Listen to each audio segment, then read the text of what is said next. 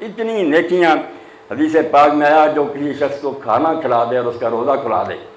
اس کو اللہ تعالیٰ اس کے برابر ثواب دیتا، اس کا ثواب بھی کم نہیں کرتا مگر ایک روزے کا مزید ثواب ملتا اور ایک غلام آزاد کرنے کا ثواب ملتا۔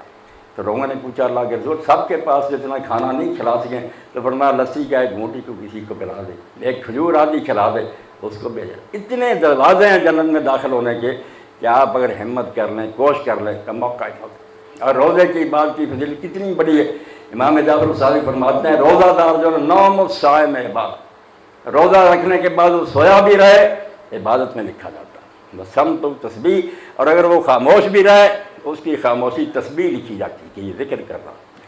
وہ دعا مستجاب، جو دعائیں مانگے فجر سے لے کر، لوگ سمجھتے ہیں کہ روزہ کھولنے کے وقت کی دعا نہیں، اللہ کے رسول نے فرمایا روزہ دار کی دعا جب تک وہ افطار نہیں کرتا، صبح سے لے کر شام تک جتنی مانگے گا نا اللہ کہتا میرے حکم سے کھانا پینا میں اس کی دعائیں قبول کروں۔ تو عمل متقبل، اور جو عمل کرے گا وہ قبول ہوں گے۔ اس لیے اس مہینے کے استقبال کے لیے رسولات تو پہلے ہی اتنے ذوق شوق سے تیار ہوتے تھے۔ آپ نے پڑھا یہ کہ شعبان کا مہینہ بھی سارا آپ کا روزوں میں گزرتا ہے، شاید ہی کو روزہ چھوڑتے ہوں، ورنہ یہ مہینہ جو گزر رہا ہے پورا امت کو کہہ دیا کہ تم کہیں تھک نہ جاؤ، اس لیے جب آدھا شعبان ہو جائے پھر تم نے بھی روزہ رکھنا، 14-15 دن ریسٹ کرو، رمضان کے لیے خود روزہ ہی روزہ۔ پہلے سے ایسا نشہ آپ پر طاری ہوتا کہ رمضان شریف میں اللہ تعالیٰ کی یاد میں رہے۔ تو اس مہینہ کے لیے اپنے دلوں کو آمادہ کرو، بالکل شوق پیدا کرو کہ ادھر چاند چڑھے اور ادھر آپ یہ دعائیں کر رہی ہیں اللہم اعنا علی صیامہ و قیامہ و تلاوت القرآن کی، اے اللہ اس مہینے میں ہماری مدد کرنا کہ ہم روزہ بھی رکھ سکیں، رات کو جاگ بھی سکیں اور قرآن مجید کی تلاوت بھی کر سکیں۔ اللہم سلم فیہ، اس مہینے میں ہمیں تندرست رکھنا، وسلم علی، اور یہ مہینہ بھی ہمارے لیے خیریت کا ہو، کوئی بیماری نہ آ جائے، اور تسلم منا، اور ہم سے یہ پھر مہینہ جو نا قبول بھی کر لینا، محنت کرنے کے بعد ضائع نہ ہو جائے قبول۔ اس لیے یہ زمانہ کوشش کا، اور کوشش اتنی لازم ہے۔ رمضان شریف تو بہت اعلیٰ مہینہ، افضل الشہور ہے، اس کی گھڑیاں افضل ہیں، راتیں افضل ہیں، دن افضل ہیں، مگر حضرت علی رضی اللہ عنہ فرماتے ہیں کہ عام مسلمان کو تو چاہیے روزانہ سوچے کہ جب سورج نکلے صبح جاگے تو یاد کرے کہ یہ دن اعلان کر رہا ماں میں یومن یمر علی ابن آدم،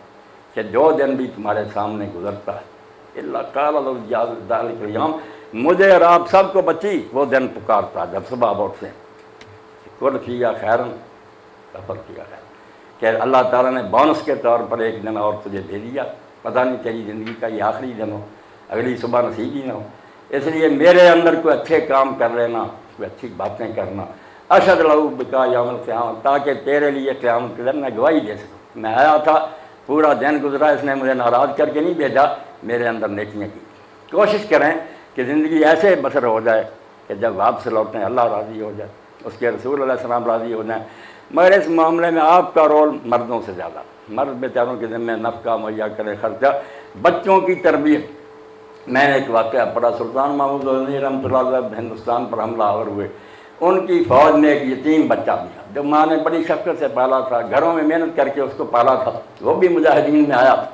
تو جب لوگ واپس گئے تو ماں نے پوچھا میرے بچے کا کیا بنا؟ انہوں نے کہا ماں بچہ تو تیرا شہید ہو گیا۔ اس نے بڑا نہیں منایا، خوش ہوئی، مگر اس نے کہا کس حال میں شہید ہوا؟ انہوں نے کہا وہ میدان جنگ سے بھاگا تھا، پیچھے سے تیر لگے تو مارا گیا۔